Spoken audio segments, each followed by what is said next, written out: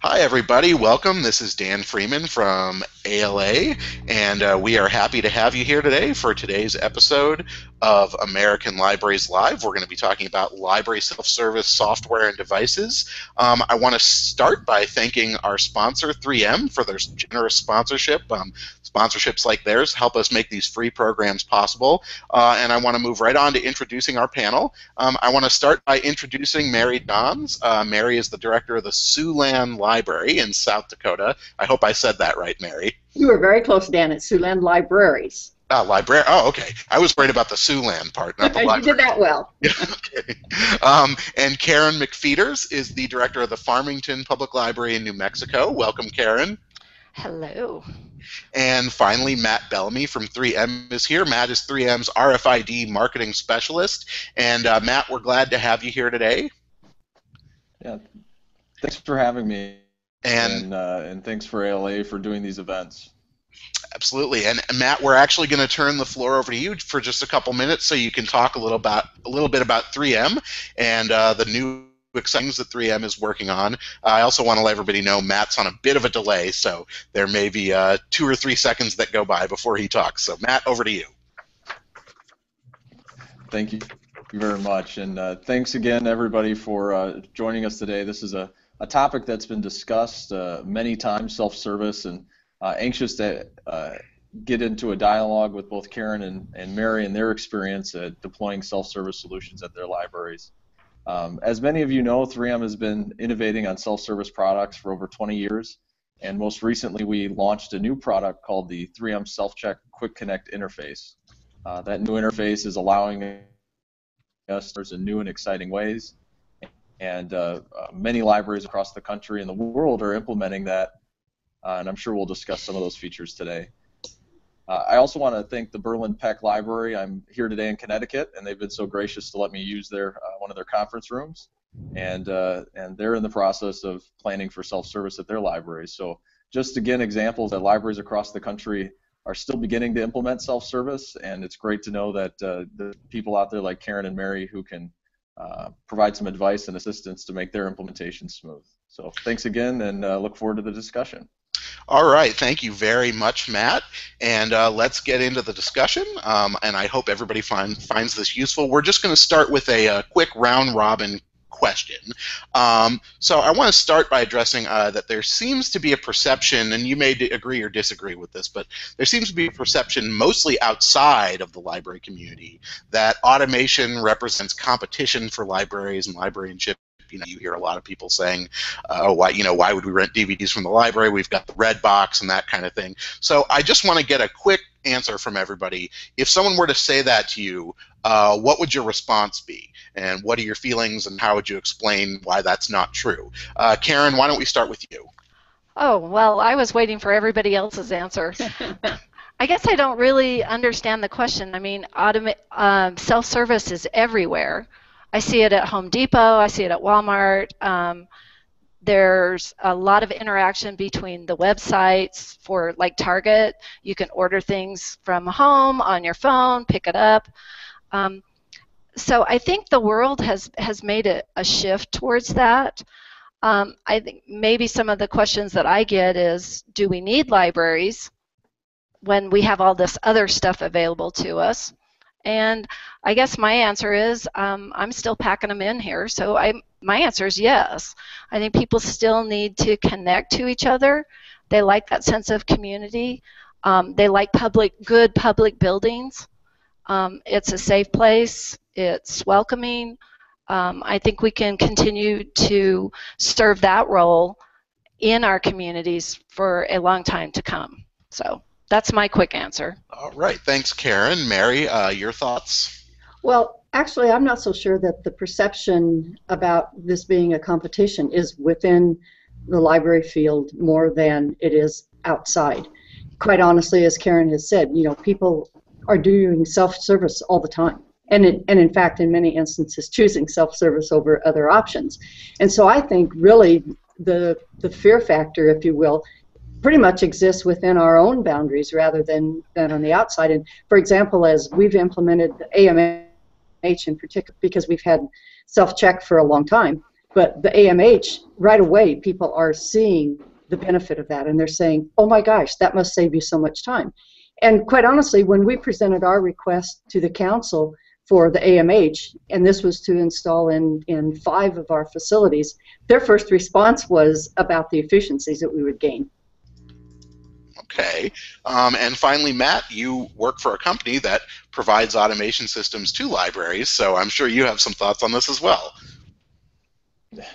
Absolutely, and I think both Karen and Mary are very correct. The reality is libraries are doing more than just circulating materials, and libraries are incredibly busy. So any efficiencies that technology can offer is really freeing up libraries and to spend more time with their customers. I just visited a library earlier today that's dabbling in maker spaces, and it happens to be very responsive in their community, and without the gains that they've received through automation, they wouldn't have had the staff to be able to focus on that. And that happens to be a service that's working for their community, and it's really well used.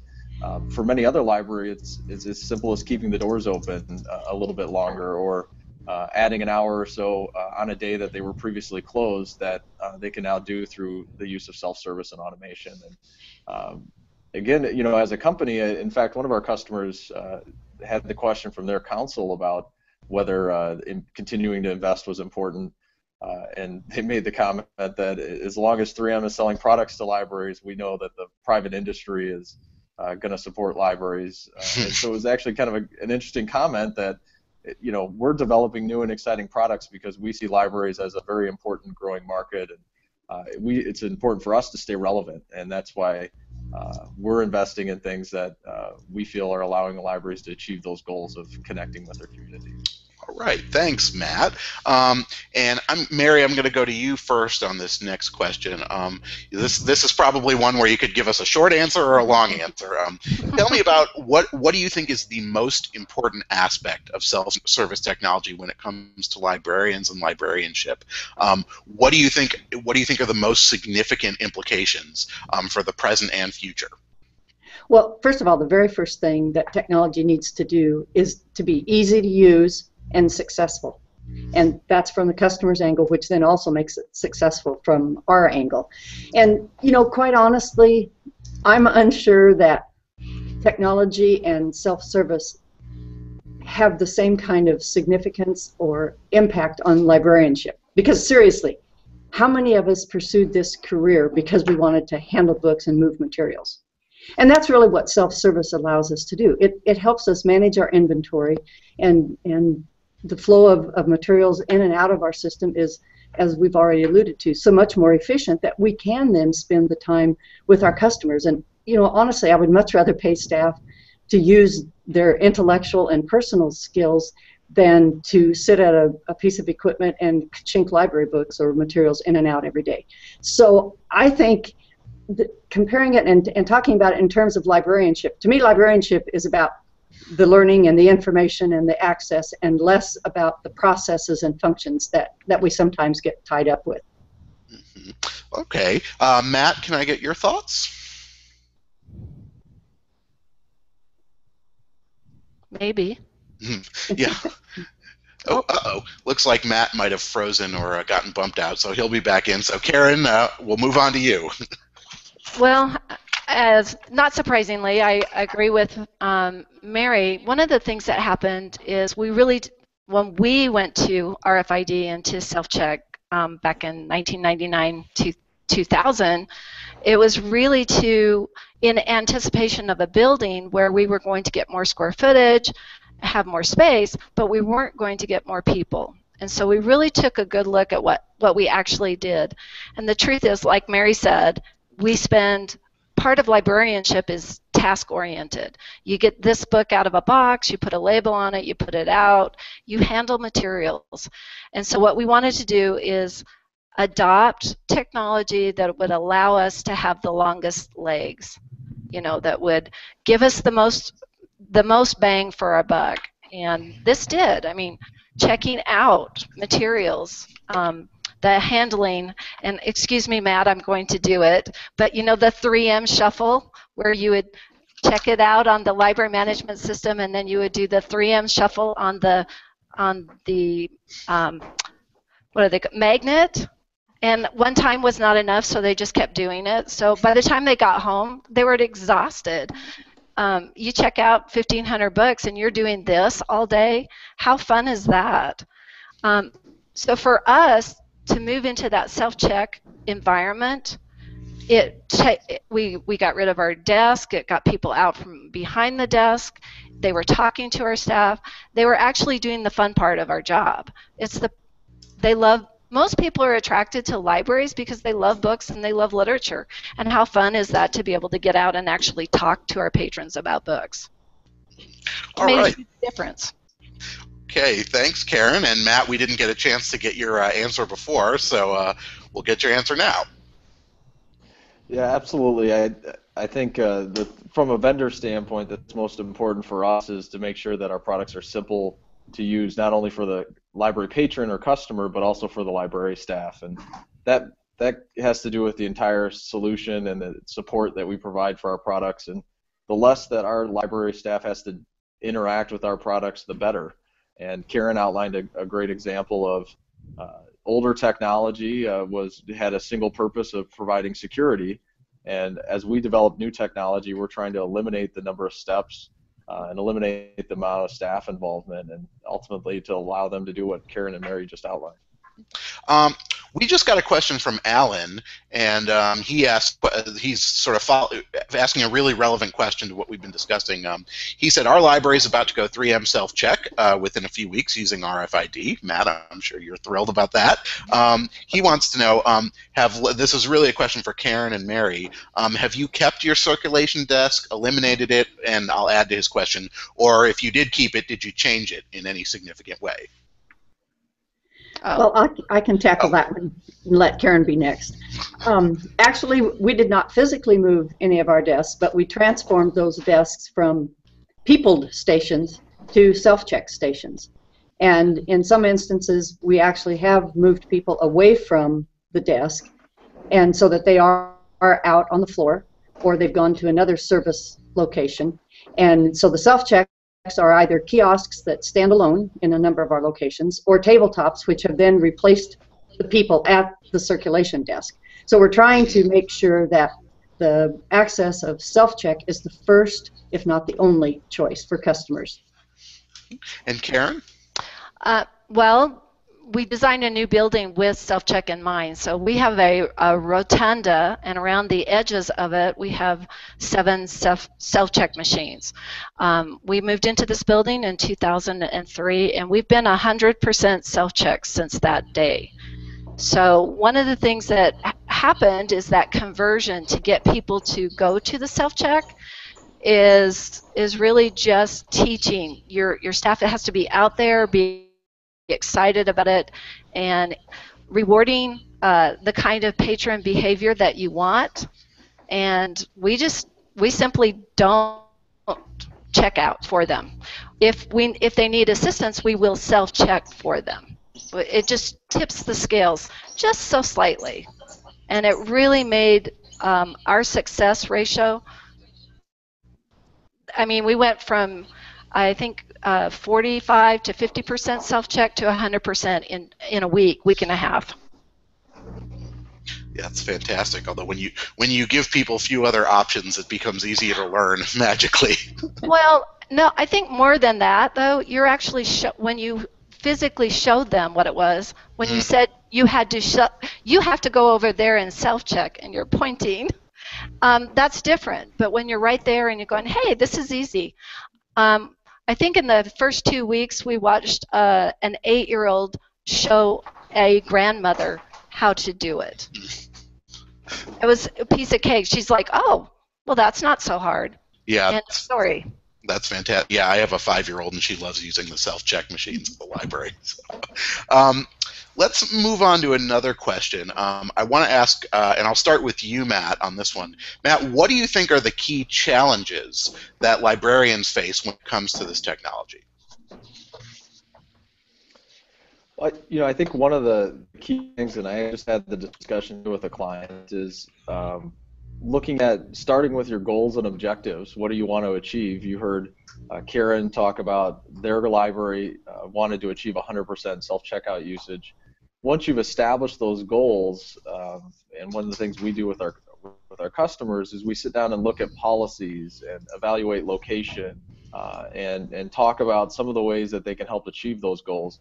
And sometimes it's roadblocks that are in place that oftentimes library staff don't know why that policy exists. A great example is card renewals. Many libraries have the policy that every 2 years your record is blocked unless you go to the desk and verify your address is the same. One easy way to have issues with self-check is when people are blocked. And one great way to avoid blocks is looking at those policies and thinking, reevaluating how critical they are, and if they are critical, keep them.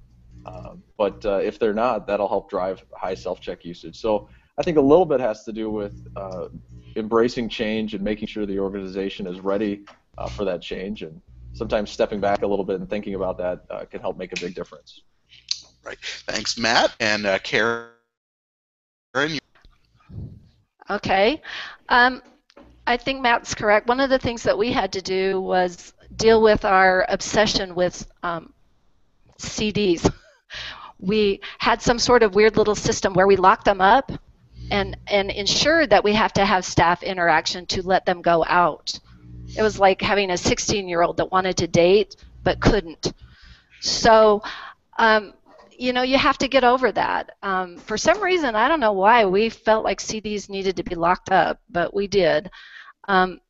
For me, making sure that all my checkout times were the same. Make it easy for the patron.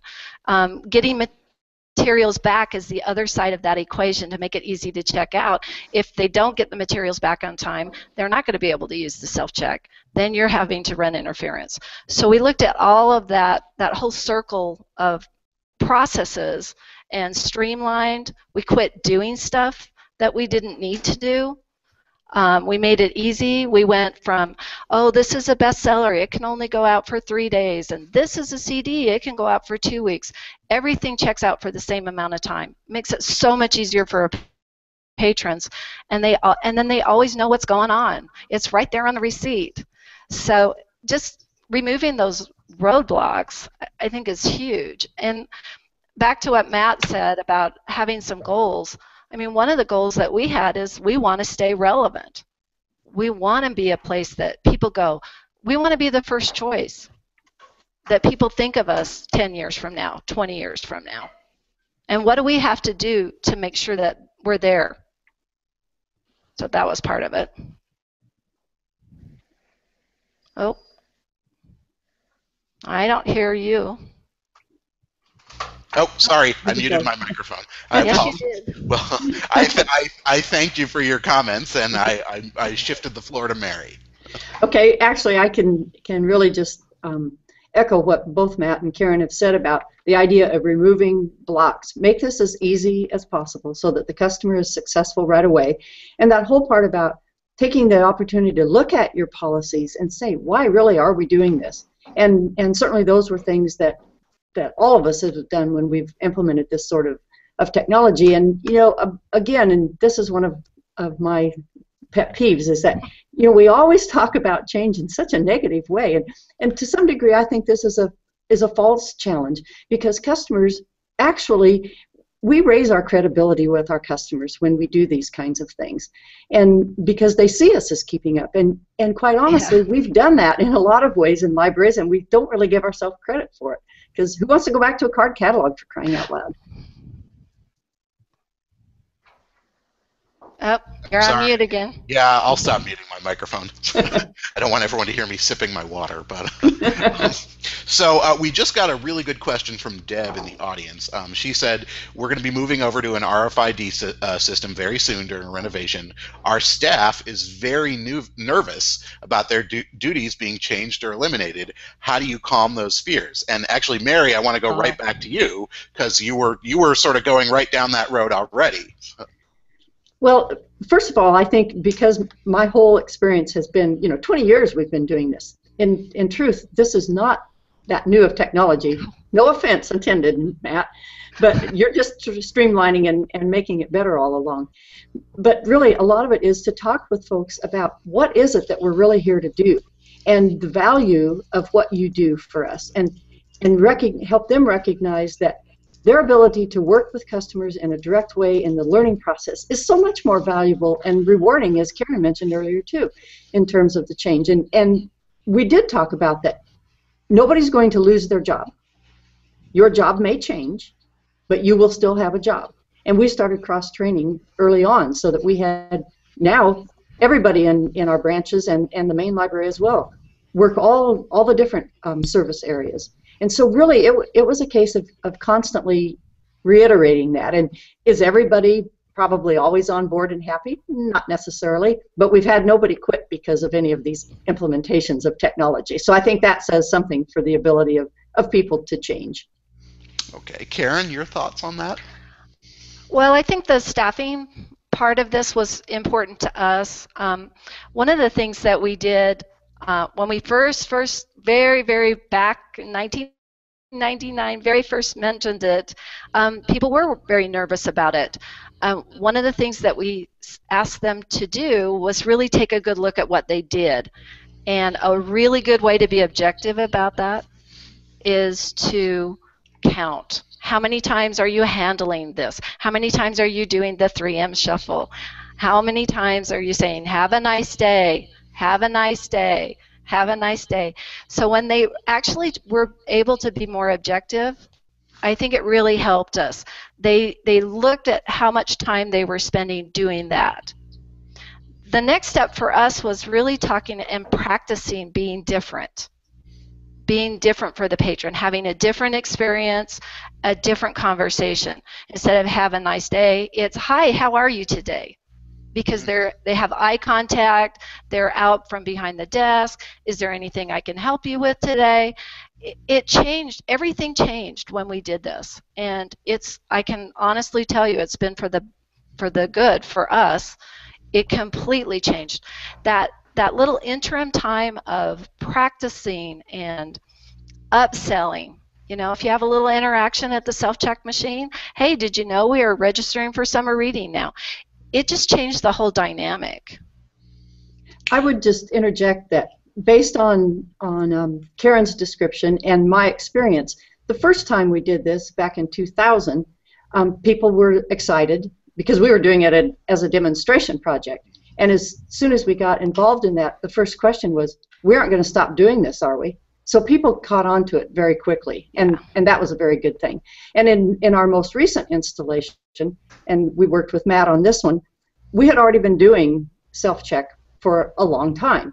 And we had at this point outsourced our collections. So our tech services staff also saw the benefit of the self-check stuff because we were also able to use then some of those pieces of equipment for them to process the materials that are coming in a much faster way on our daycare delivery. So there was a lot of buy-in then throughout the system. And I would just add that as we have customers come through and we show them the AMH side in particular, and they make comments, our staff will, without exception, somebody in that work area will chime in about how great it is. That's really good to hear. And Karen, did you have a comment? I didn't want to cut you off. Well, you were throwing me off with your acronym. I'm assuming that's automated return of some, automated materials handling and returning the materials. And of course, thanks to 3M, we had one of the first drive-up automated returns in the nation. And I'll tell you right now, if that thing is not working, I have unhappy patrons and unhappy staff too. I mean, everybody relies on it. It does, again, it takes some of those tasks that we spent a lot of time on picking up the book. My favorite was the feathering through it just in case they left a $100 bill. Did that ever happen? No, I did find some interesting things, but the point is, we changed, and now everybody. These technologies are normal. I'm on my 11th year, and I don't have anyone in the school system that remembers it differently. It's amazing how much has changed so quickly. Well, I want to give Matt a chance to weigh in here. And Matt, we just got a good question from the audience. Someone asked, are there any issues with self-checkout and people who can't read standard print, or people who are low vision, or blind, or have physical disability? Yeah, I think that's an excellent question. One of the things that we have done to focus on usability is design an interface with accessibility in mind. So, for example, our interface now allows users to increase the font size at any point in the transaction. So should they get to a screen where the text is too small. The colors that we choose in our basic themes are designed to have high contrast for people with visual impairment. We use audible tones that guide a user through the transaction as they go through, which help give positive and negative indications of whether they're doing things correctly. And though it's not a disability, language is continually becoming a barrier for folks to use the self-checkout machine. So we designed the capability that at any point in the transaction, if the user would be confused, they could select their native language. And that was I actually can tell you, I live in a very diverse community, and your machines are in our library, and I've seen that in action. I mean, there are probably 70 or 80 languages spoken in the suburb that I live in, and it's great to see it. I know they really appreciate that, and it's very effective. I think I know where you live, but the reason that this feature was actually developed was for a library outside of Chicago in Elgin, and it was where they enabled pins at their self-check. And we saw people were confused at the pin prompt because they started in English and they hadn't had pins before, and so we developed the feature so that now they could switch to, in this case it was Urdu, the language. They could switch to Urdu during that transaction and understand that prompt. On a separate note, though, I discourage folks using pins because again it creates that roadblock. But because we have to be flexible, we allow our libraries to use numerous amounts of configurations, but still get their desired result in the end. I wanted to add to Matt's comments. The one thing that I really look for in adapting or adopting new technology is what level of intuitiveness is there, and I think that a lot of the systems, I don't see people having trouble. Once they see the screen, they can easily follow the directions. They can make the changes, and that's why I have 4-year-olds that are checking out. I mean, they don't read the screen at all, and yet they know how to do it. Absolutely. So let's, Mary, unless you want to weigh in on that topic, I think I think I'm fine. Okay, and I think we can move on. We actually had another question. I think that'll go to you, Matt. Of course, we want everyone else's input as well, but someone said, we are a very small library with mostly a research collection. We only have one person doing public service at a time, and usually they spend a small portion of their time during circulation. How does this technology work? How does it benefit small libraries with small circulation? Well, I'll give a couple examples that we have, and I'll use a university example. Very commonly, we're seeing our customers use self-service in an environment where it's staffless. So in a 24/7 type environment, universities are great examples because students have access control into buildings during certain hours, especially law libraries where students are studying in after hours. So that's an excellent example, though the volume might not be high. They need to provide that service because the items are getting checked out. I think another great small library example would be the St. Joseph County Library in South Bend, Indiana. They have several of their branches that circ less than 100,000 items a year for a public library. Some of them are around 75,000. And they have both a 3-bin check-in unit and usually around 2 self-checkout machines.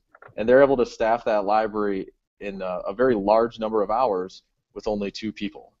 And that's because those 2 people aren't behind the desk or in the back room sorting materials. They're out in front helping them find the materials they want, conducting a children's program. And so sometimes the cost benefit might even be higher in a small library depending on the resources they have available. And I think Mary and Karen can have some great comments on this as well because they've certainly felt some of this. Yeah, that's a great point, Matt. And Mary, we'll go to you first. Actually, we have found that to be true in several of our branches. We have 13 facilities, and so those range in size considerably, and several of those are one-person libraries. A couple of them are combination school and public libraries. And so, again, they're not staffed heavily by any stretch of the imagination. And when we put the self-checks in the two school libraries, circulation just went crazy because our staff could then be working with students and the customers, the general public coming in, and self-check took care of much of that. So really, the size of the library, it isn't that critical in the sense of, oh, you have to be a certain size for this to be a return on your investment. Karen, over to you. I think a couple of things. I think there's more to self-check. The whole RFID process, it really allowed us to do inventory. The first time we did inventory at one of the small branches, my tech services staff actually went to lunch and went back and did the whole thing over again because they were a little nervous. They were like, wow, that went really fast. So they actually did it twice in one day, and it was, 18,000 items. Just it changes things, so it really gives you more control over what you've got. And if you're in a research facility, for example, like the question, you really do want to hang on to your materials. Right. Well, I want to move away from the audience questions for a second, and I want to talk to everybody about the benefits in as practical and as real terms as we possibly can. Since you implemented this technology, and I know it's been a little while, can you talk about the specific benefits you've been able to get as a library director, the resources you've been able to free up, and that sort of thing? And Mary, we'll start with you. Well, I think in the broad sense, efficiency, credibility, and customer service were wins all the way around, and not necessarily in that order. But we also then, because we put less emphasis on the processes and the tasks, we're delivering a much higher quality level of service, and that for me is extremely important because there are enough things going on in the world that tell us that libraries are playing a much more vital role than a lot of people would think. Because if we have kids on a waiting list for Head Start, and we have kids that are starting school that can't read, that means that libraries have a very vital role to play in that. And so the less time we spend on these functions and tasks, the better we can serve our community. So I think that's just a huge win for all of us, I think.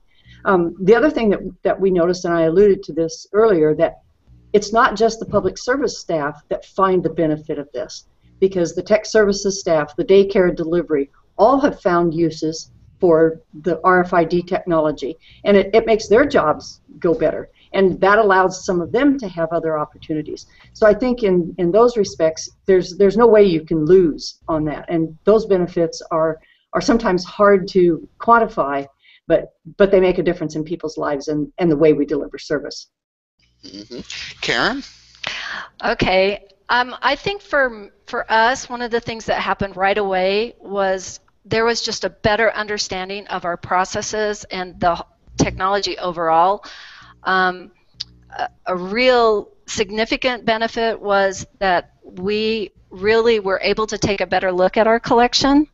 And the way I describe our collection, we had a good collection, but it was kind of the guy that sat in the recliner with the remote, and I was a little overweight, thought about exercising, didn't really do that. That's how I would describe our collection.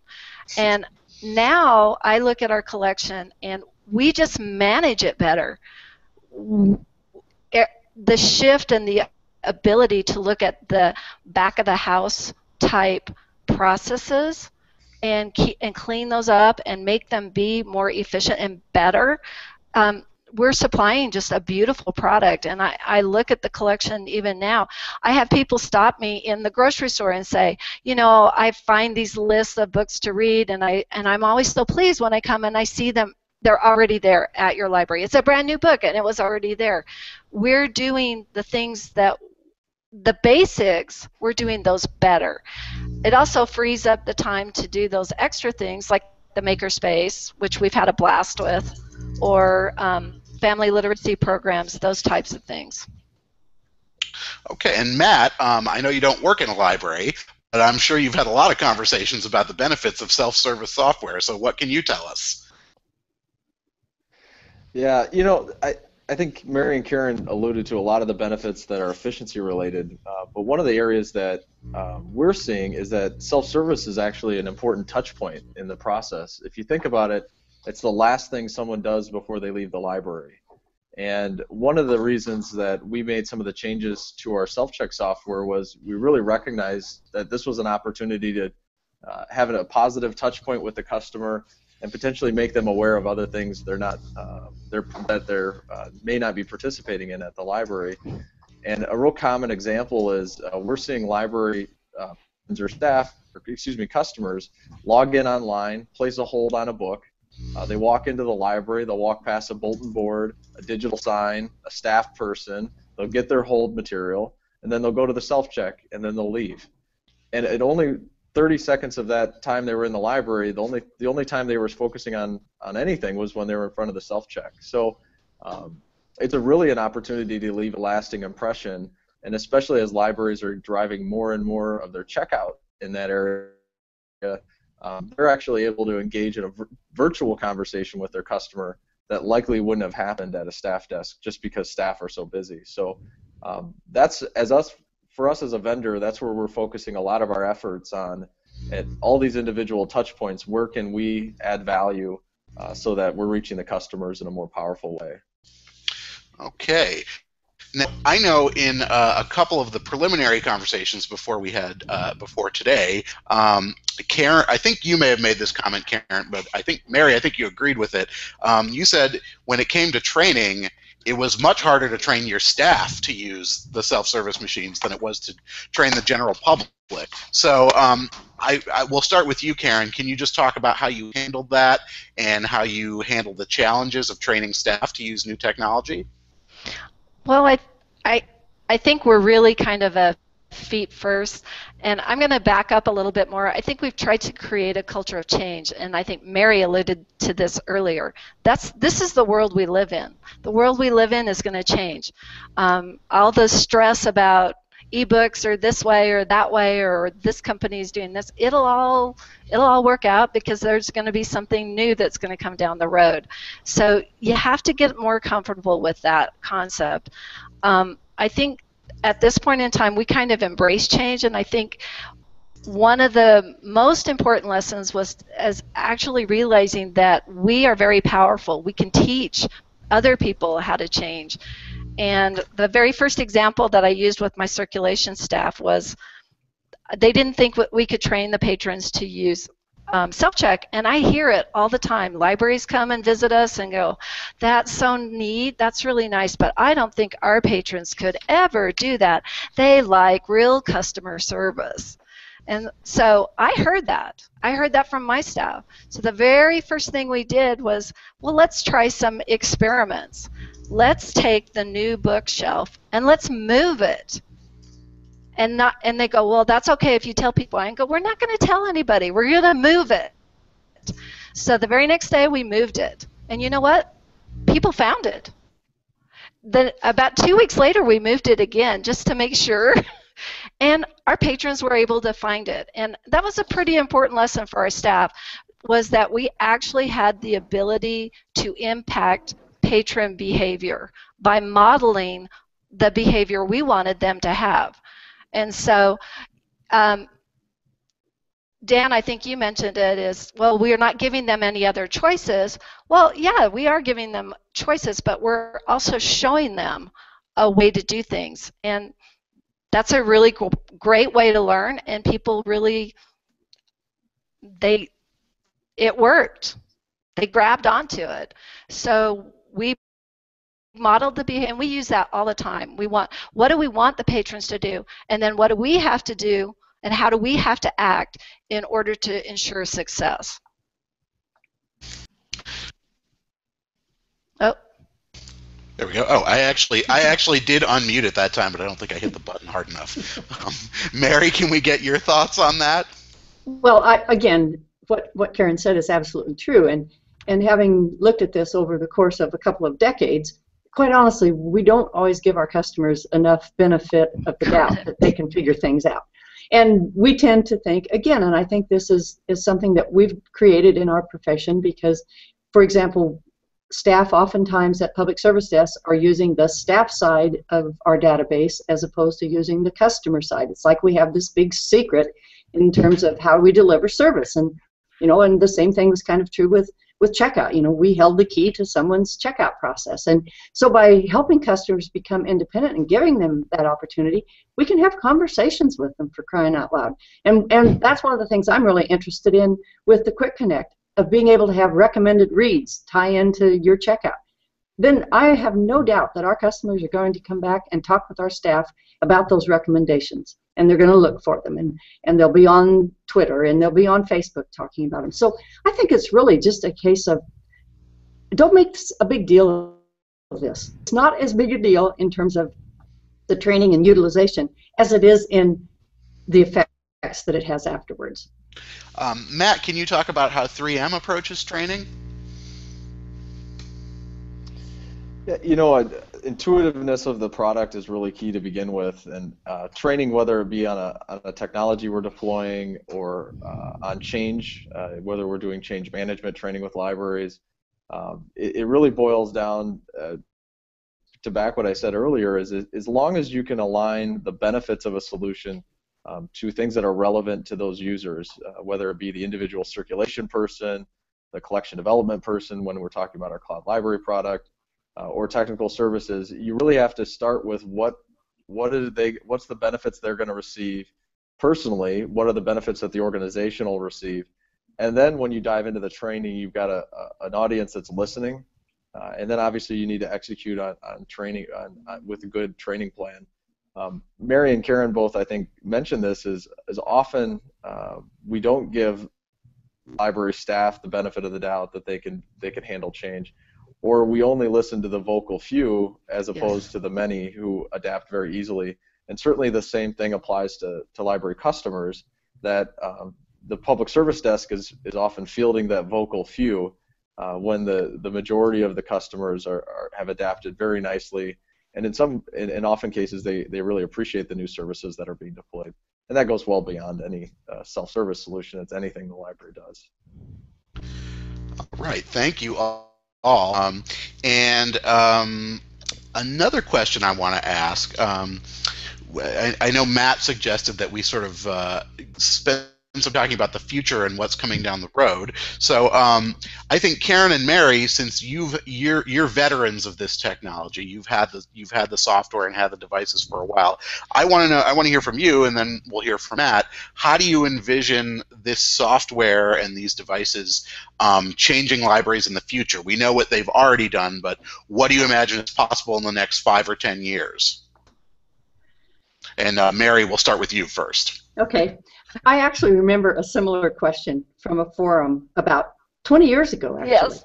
And one of the, there were all of these questions about the future, and one of the responses that the group came up with was that customers would be walking through the security gates with their items in hand, and they would magically check out as they went through the gate. And quite honestly, we're not all that far from that, to be real honest. In some cases, yeah. And in some cases, that would be okay. And so I think that really it's a matter of staying abreast of the technology that's out there. And remember, everybody is tied to some kind of device today, and none of us are willing to give up many of those pieces. And we want our lives to be simple. And I think that staying in touch with our vendors and working as partners on identifying the needs that technology can deal with us, and to look to other industries. Don't just think about the library world. Look at other industries. What's happening out in the world that we could apply to library service? I hope we're not having much of this conversation 10 years from now, because I hope that it's just, it's such a germane thing to us that we aren't really having this kind of discussion. Matt, Dan, Mary stole my line. Okay, should I move right on to Matt then? No. Well, basically, that was part of my problem, is when I look at the future, I hate it when I go to a conference and I'm still talking about something that I did 11 years ago. And in fact, I kind of had I went to a conference that was talking about risk and reward, and I actually had sort of rock star status at that conference because people kept coming up to me and saying, I heard that you had 100% self-check. I was like, really? We're supposed to be talking about the future. This is now. What's into the future? So to answer that question, I hope I'm not talking about self-check. But more importantly, I still see my library and the staff and the creative environment that we've created for our patrons. I see them adapting and making change. I'll use one anecdote. We built a beautiful building. It really is gorgeous. And but not only that, we built a new inside of the building, a new service model, a different way of doing things. And that's been very important for us. So we would have libraries come in and tour, and most of them, they liked what they saw, but they weren't quite ready to do it for themselves yet. So now I'm on 3 generations of library directors that have come back in now, and they're just now doing the RFID. That's great. It takes a while to figure it out. I understand that. But more importantly, I kind of want to see that whatever energy we've created, that is the energy that takes us the next 10 years, that we can be, that we're paying attention to what's going on in the world, that we're making those changes. The fads will come and go, but our basics are, for me, is I have a wonderful building, I have a great collection, I have good, up-to-date technology that works. Those are my 3 assets. I have people, and I have programs, and those 2 I use to get people to use those 3 things. So the programming is it all hooks together. So what kind of programming we're going to be doing 5 years from now, I have no idea, but I know it's going to be cool. It's going to be fun. We're going to want to be a place that people want to be. All right. Thank you, Karen. And Matt, why don't you tell us about what kind of cool things are coming down the pipeline from 3M? Well, thank you. And I think the comment that it's going to be different and we don't know what it'll be is very accurate. But fortunately, as a company and as libraries like Mary and Karen are members of, they're ready to embrace it. And so a lot of what we're focusing on at 3M and as a company is making sure we're staying relevant to our customers, and we're developing solutions that enhance every life, every home, every company. And so a lot of what we're focusing in the library group specifically is actually looking into the consumer world, where libraries are now competing against more than just other libraries or the Blockbuster that doesn't exist anymore. They're competing against all these other virtual services that are available to customers. And so we're trying to develop new ways that our products reach the customer, and whether it be with our cloud library, increasing the relevance of that product, making sure the experience is what people are expecting. Consumers are more educated than they ever were before, and they're coming into libraries with expectations, and so we're trying to delight them. And then on the self-service side of things, I mentioned how we're trying to connect to that user during that experience. The physical and digital worlds have merged, and it's still shaking out what that merger is going to look like. And we're anticipating new ways to help deliver that content to the user the way they expect it, and in some ways the ways they don't expect it, but in ways that delight the customer. So I know that's a veiled kind of comment, but it's really what drives us and what we're focusing on. It's not about the number of lights we can put on a kiosk or how we can make it look, but more about the experience that the user has and whether or not we can attract them to that experience and delight them when they leave. And that's where we're putting our dollars as we're developing products. All right, thanks, Matt. And we're just about ready to wrap up, a little early today, but I do want to bring in one audience question because I think this is a good way to close. somebody mentioned, if somebody asked the question, if you're getting ready to make to start a transition, what should be your starting point in the transition? So I'm assuming, I think it was Stephanie who asked that question in the chat. I'm assuming she does sales pitch. I'm assuming we've done that already. So if you've made a decision, you made your call, here's the product we're going to go with, we're going to transition. As a library director or administrator, what's the first thing you should do? So Karen, I'll start with you. Oh, I think the communications with your staff. I mean, a lot of times I've been in libraries where I've asked a question of a library at a service desk, and they've said, I don't know, you'll have to talk to administration. And so that's one of the things that I think you have to be very clear, that top-down communication is make sure everybody has a part. Because if they're not the ones that are implementing the project, then they're picking up the work that those people, the people that are implementing the change, are doing. It has to be a whole village. And they got to be able to answer questions, and you got to give them the right answers. Help them be able to talk about what's going to happen and why it's going to happen. And I think one of the things that we end up saying a lot, people ask us a question and we'll say, well, we used to do this, but now we do this. And then they'll ask us about something coming up, and we'll say, yeah, we're getting ready to do that. It's always a process. So even our staff knows about, our shelving staff, they know RDA is coming. They know that Makerspace, everybody participates in those big changes.